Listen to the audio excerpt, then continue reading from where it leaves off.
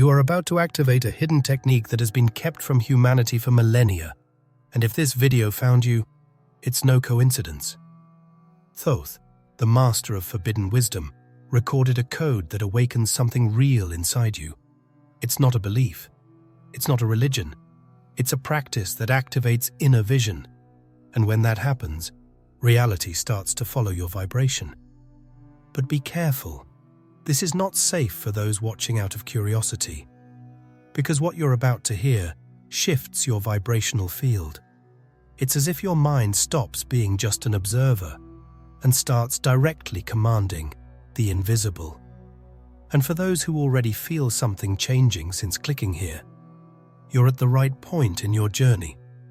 Because what Thoth taught was silenced out of fear, not fear of being wrong, but fear of your awakening. In the next few minutes, you'll understand why this technique activates forces that cannot be turned off. And if you stay until the end, you'll learn how to use this consciously before the frequency consumes you. The eye through which I see God is the same eye through which God sees me. Have you ever noticed how, sometimes, the world seems to respond to what you feel inside, even if you don't say a word? How some days start off bad and just keep getting worse, like the universe heard your thoughts, even though you never spoke them out loud? That's not a coincidence. It's a response. And this is one of the most uncomfortable and most liberating truths there is. Reality isn't happening to you. It's responding to you. This is the second layer of the technique left by Thoth. A shocking revelation. You're not just placed in the universe as an observer. You're in constant conversation with it. But unlike what we've been taught, this conversation doesn't happen through words. It happens through vibration, emotion, frequency, feeling, and it never stops. Even when you're silent, your field is screaming. It's as if your energy had an invisible microphone on 24/7, broadcasting to the field everything you think, feel, and believe. But nobody told you that. No one warned you that recurring thoughts don't stay locked in your mind. They leak out. They spread. They become signals the universe hears and responds to, with mathematical precision. This is the hardest part to accept, because it means that much of what you've experienced, much of what you call bad luck, injustice, or negative patterns, wasn't imposed. It was attracted.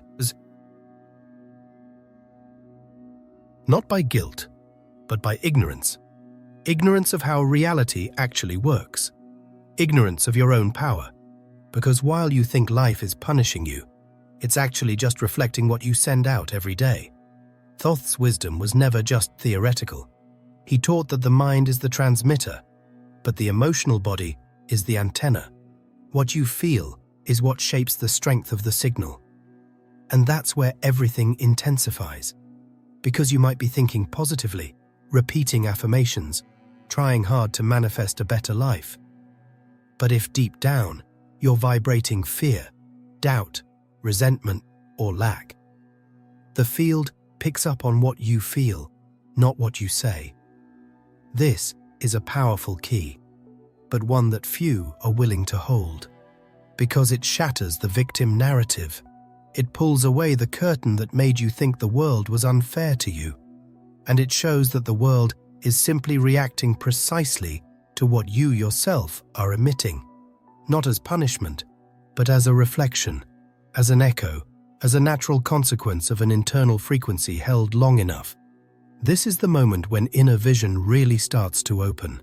Because it's not just about seeing with your physical eyes, but recognizing the hidden pattern behind the events. You start to realize that nothing was random. That strange encounter, that unexpected delay, that repeated blockage. All of them carried an invisible signature. And that signature was yours. It was the vibration you were carrying without knowing it. And that's exactly why so many people feel stuck. They want change. They long for transformation.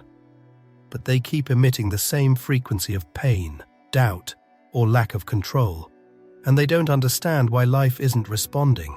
But it is responding. It always has been. Just not to the desire, but to the frequency.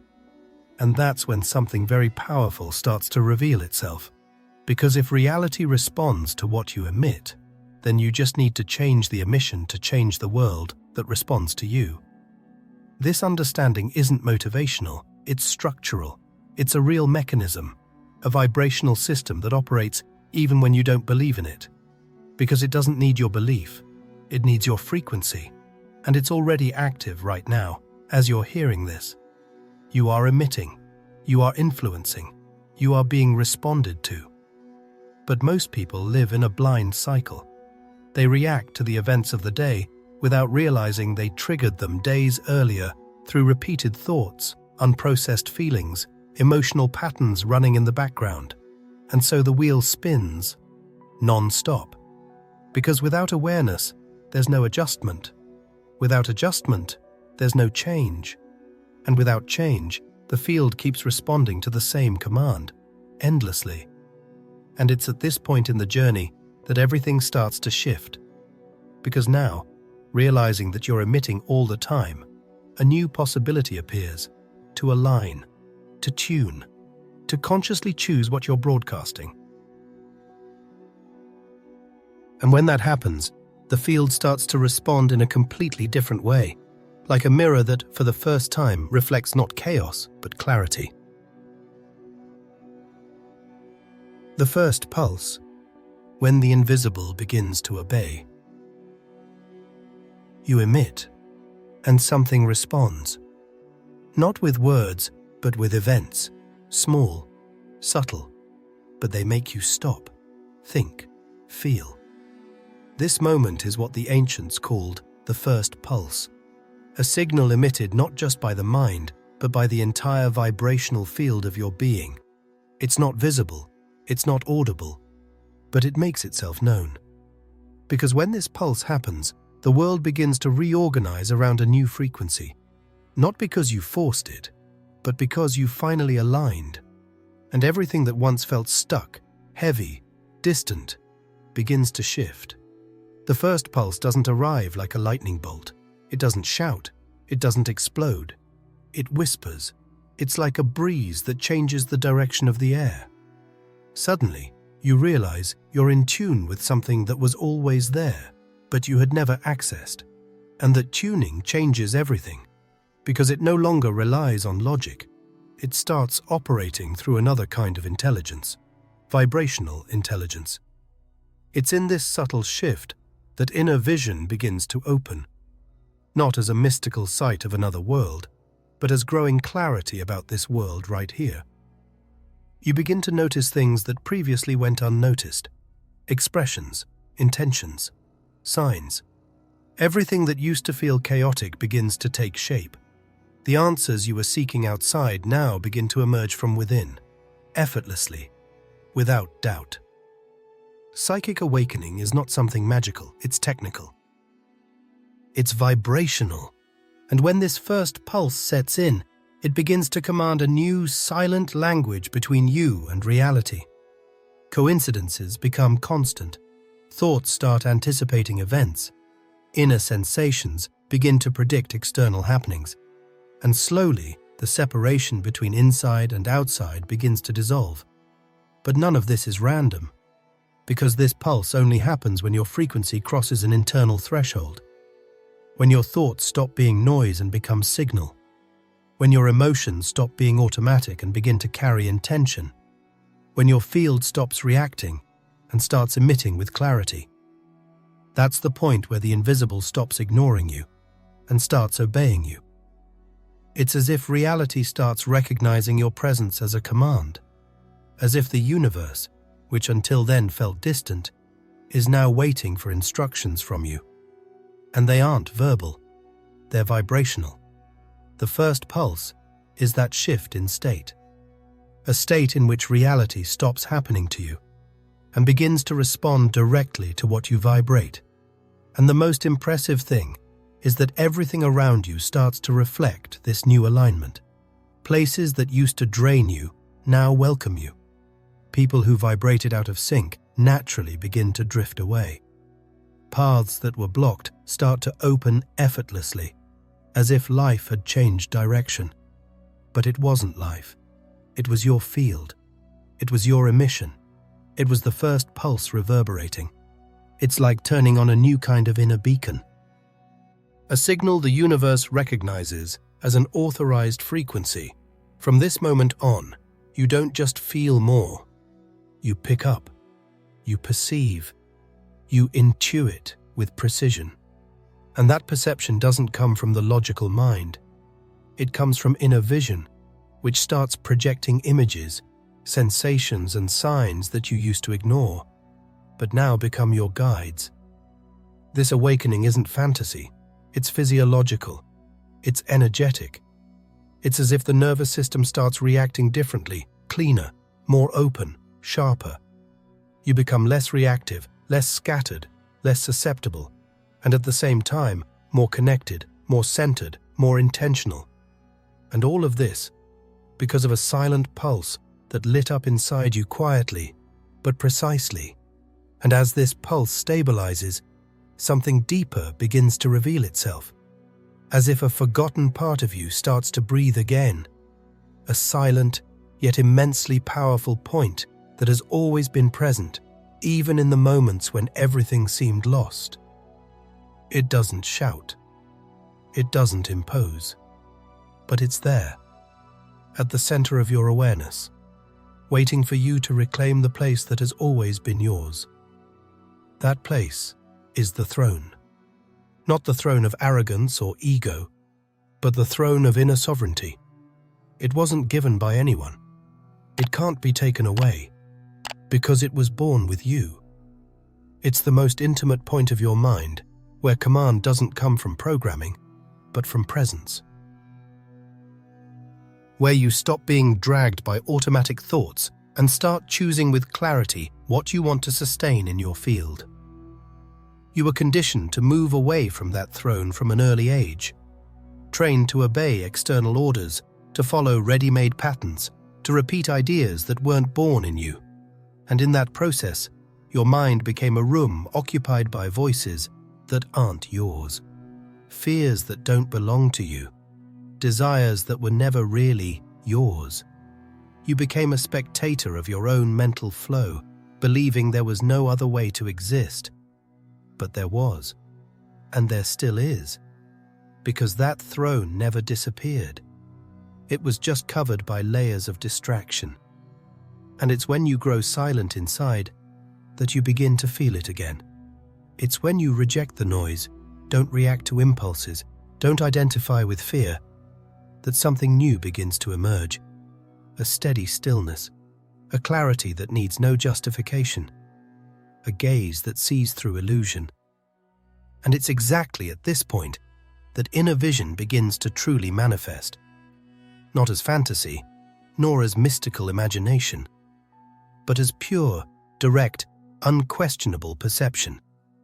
You begin to see without the filters of the conditioned mind, without the interference of inherited voices. And what you see is not the world as they told you it was. It's the world as it truly is, vibrating in response to what you hold inside. Sitting on this throne means one very simple yet profound thing. You stop being pulled by the emotional tides of the day. You stop reacting to chaos. You start shaping the environment from your internal state. It's as if reality waits for your command before configuring itself. And that's not control, it's direction. You don't manipulate, you guide. You anchor the vibration you want to live, and little by little, everything around begins to adapt.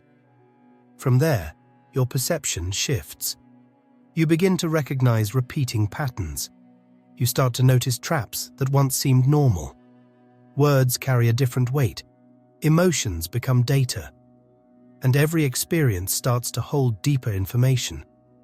Not because the world changed, but because you return to the center of your awareness. That throne isn't physical. It doesn't show up in forced meditations or external rituals. It appears the moment you consciously choose not to leave yourself anymore. When you become the reference point of your reality. When, even amid the noise, you remain whole, steady, attentive, not passive, but present. And in that state, your vibration stops being unstable. It starts emitting something different, something refined, something that carries intention, but also precision. Because now you're no longer vibrating what you feel on autopilot. You're vibrating what you've chosen to feel. You're shaping, from within, the field that will be reflected outward. Emotional alchemy, the secret fuel of inner vision. Emotions, which once seemed like enemies, begin to show up differently, as if now, with you in charge, they can finally reveal their true value. And what once looked like a problem turns out to be potential. Because what no one ever told you is that your emotions are actually concentrated energy, raw, yes, but full of power. Sadness isn't weakness. It's depth that hasn't been explored yet. Anger isn't loss of control. It's strength that hasn't been directed well. Anxiety isn't a flaw. It's accelerated vision that hasn't yet learned to land in the present. And fear is simply an intense form of alertness, a warning that something is off balance, not out of reach. You were taught to repress all of that. You learned that feeling is a sign of instability, that showing emotion is vulnerability, that the right thing is to hold back tears and smile even when it hurts. But that was emotional amputation disguised as self-control, and the price was high. Your energy shrank, your intuition got muffled, your inner vision lost its shine. Because without emotion, there is no flow, and without flow, there is no awakening. Thoth's technique doesn't ignore emotion. On the contrary, it places emotion as the core fuel of the process, because it's in the intensity of what you feel that the power to open portals within the mind resides. Inner vision is not just subtle perception, it is shaped by refined emotional layers. It's what you feel that gives volume, color, and clarity to what you see with the eyes of the soul. But for that to happen, you need to stop running from your emotions and start transforming them. That's the real meaning of emotional alchemy, taking fear and distilling presence, taking anger and purifying it into direction, diving into pain without drowning until something you've never seen emerges. Discernment. Clean strength. Unshakable clarity. And no, this isn't about romanticizing suffering. It's about giving it the place it should have never lost, the raw material of consciousness. When you learn to look at what you feel without fear, without avoidance, without judgment, you realize that emotion never wanted to destroy you. It just wanted to be understood. And in that understanding, the magic happens. Because the energy that once imprisoned you starts working in your favor. Anger, when transmuted, becomes conscious drive. Fear, when embraced, becomes focus. Shame, when illuminated, becomes authentic humility. Every emotion has a raw version and a refined version. And you have the power to make that transformation, not with flashy techniques, but with presence, with observation, and above all, with decision. From the moment you stop reacting and start refining what you feel, your field begins to vibrate differently. The frequency shifts, the magnetism changes, and what once confused you begins to organize your internal system. Inner vision, now fueled by cleaner, more conscious, more powerful energy, lights up with new intensity. And the most beautiful part of all this is that it's not about controlling emotion, but about listening to it deeply until it reveals its purpose. It's as if each emotion were a being carrying a specific message. When ignored, it screams. When fought, it resists. But when heard, it delivers. And it's in that delivery that your perception expands. You start sensing before rationalizing, feeling before understanding, and the world, which once seemed chaotic and disconnected, starts to speak to you through symbols, through synchronicities, through invisible pulses. Because now, with your emotions transmuted, you become a receptive field. You stop emitting noise, and you start emitting signal. And in this refined state, where emotion and presence no longer clash, a new challenge arises: attention. Because even with a cleaner field, if your attention isn't steady, everything dissipates. Energy loses direction. Inner vision, which was opening up, gets confused again with the projections of the ordinary mind. And this is where one of Thoth's most precise teachings comes in. Something few truly master: the power of focus. In a world that fragments, distracts, and speeds up everything, focus has become a luxury. But in truth, it is the sharpest blade there is. It's what separates chaos from clarity, the superficial from the essential. The automatic reaction from true conscious manifestation. Thoth didn't begin his teachings with spells or incomprehensible mysteries. He started with focus, because without focus, no power can be sustained. Without focus, no energy can be directed. And without direction, everything becomes just vibrational noise. Concentration is a forgotten art. But it is the first portal. And that portal isn't created by something external. It lights up when you choose to keep your inner gaze steady, even when everything outside screams to distract you. And this gaze isn't physical. It's a perception that focuses, that observes without judgment, that holds presence without dissolving into 1,000 parallel thoughts. It's born in the moment you decide to be fully present in one single point. That point can be your breath, a symbol, a sound, a specific vibration you learn to recognize and hold. And at first, it feels difficult.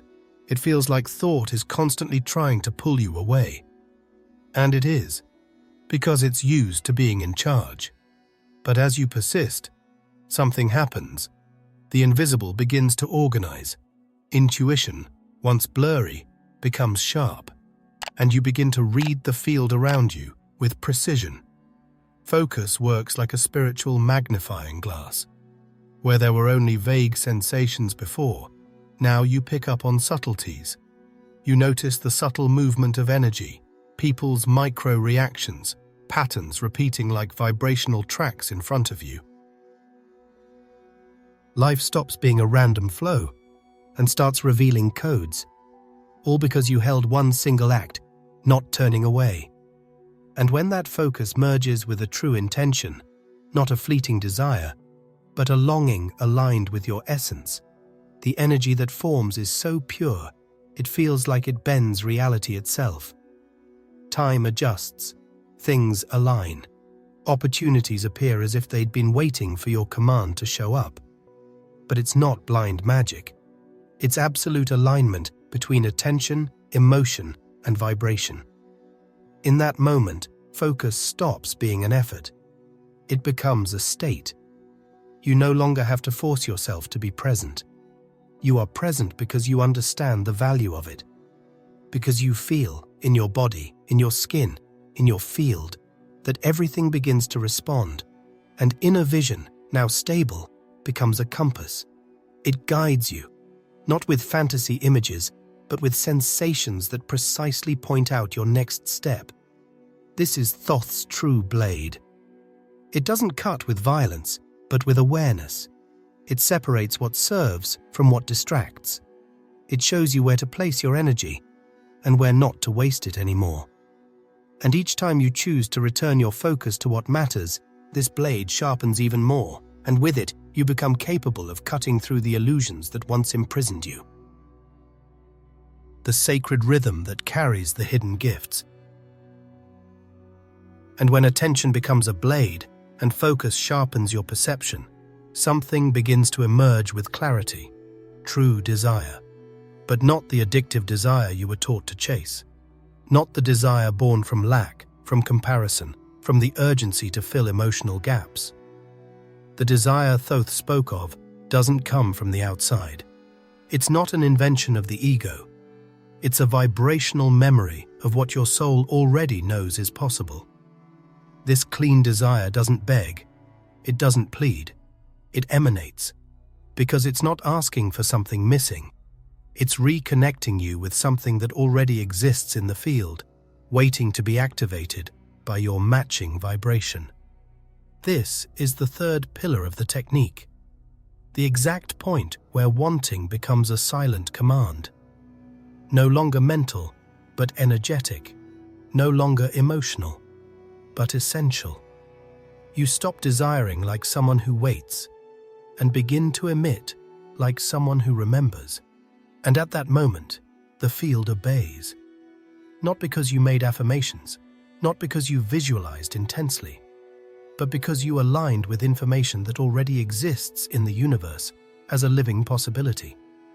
Pure desire is that code, a call without noise, an emission without doubt, a coherent magnetic field that doesn't need to prove anything, only to sustain. And this sustaining is where everything changes, because desire, no matter how pure, if not maintained, dissolves. Most people lose power here. Not because they desire the wrong thing, but because they don't sustain it. And Thoth made it clear. The invisible only responds to what keeps vibrating. It's constancy that shapes. It's energetic repetition that builds. That's why the next point of the technique requires a new kind of discipline, not mental, but vibrational. The ability to live within the frequency of what you desire, even before it manifests. To feel the field responding before the physical world reacts. To vibrate the inner vision as if it were already active, until it is. Thoth called this rhythm, a kind of invisible cadence where each energetic repetition echoes like a subtle drum in the field. It's not obsession, it's vibrational devotion. You don't force, you sustain. You don't wait for the miracle. You become the environment where it's natural. And little by little, the inner vision that once seemed like a glimpse becomes a stable state. You no longer enter intuition. You live in it. And it's in this rhythm that hidden gifts begin to reveal themselves. Not with mystical explosions, but with a silent precision that reorganizes your perception.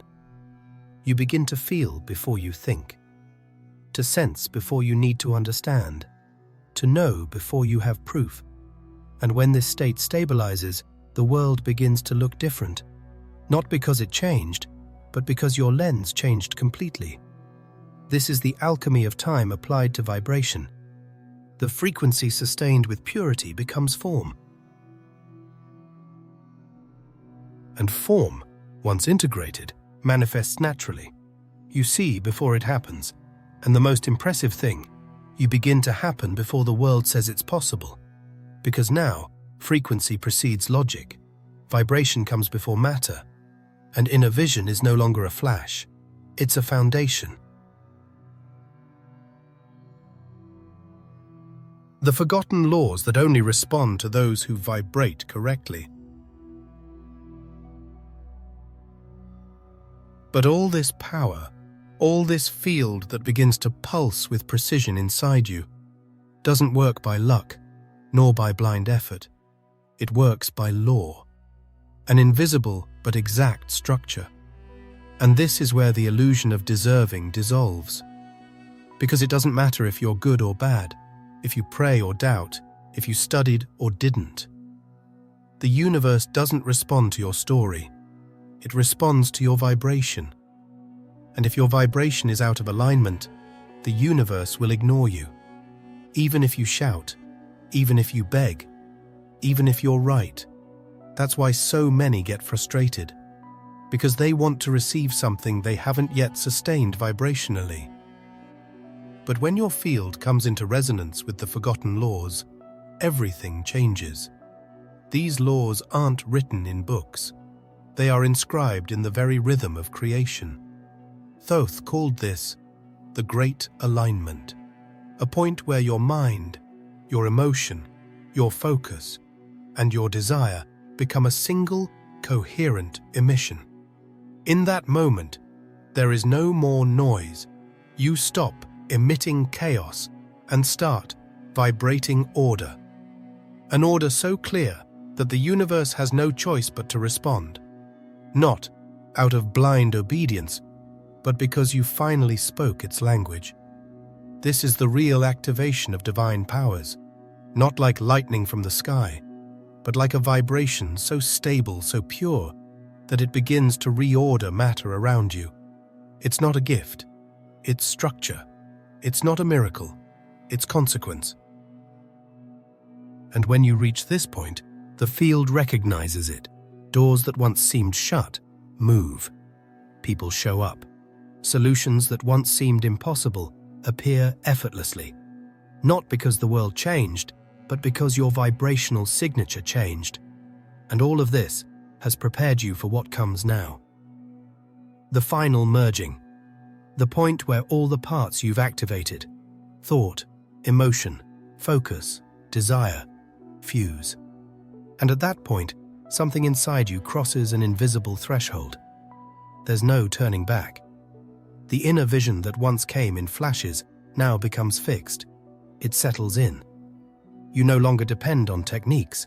You become the technique itself. This is where true practice begins. Not as an external exercise, but as a constant presence. Thought becomes emission, emotion, fuel, focus, direction, desire, creative frequency. And when all of this aligns, inner vision opens like a portal, and you stop searching for what you're already seeing. Divine powers don't show up as theatrical phenomena. They become the new normal. Your reality starts to vibrate from the inside out. Now, you don't just perceive, you emit. You don't just understand, you transform. You don't just desire, you shape. And everything that once seemed impossible becomes accessible, not because it got easier, but because you became compatible with what you previously couldn't sustain. The universe doesn't owe you anything, but it offers you everything when you emit correctly. If you felt like this message activated something in you, leave a comment below. My inner vision has awakened. This comment isn't just a phrase. It's a signal to the universe that you're ready to see beyond the illusion. Oh, and if you'd like to support this channel more directly and help spread these hidden truths to the world, there's a link in the pinned comments. Your contribution makes all the difference. And don't leave yet. A special video has been selected for you to continue this journey and go even deeper into awakening your inner power. Click on the screen now. I'll see you there.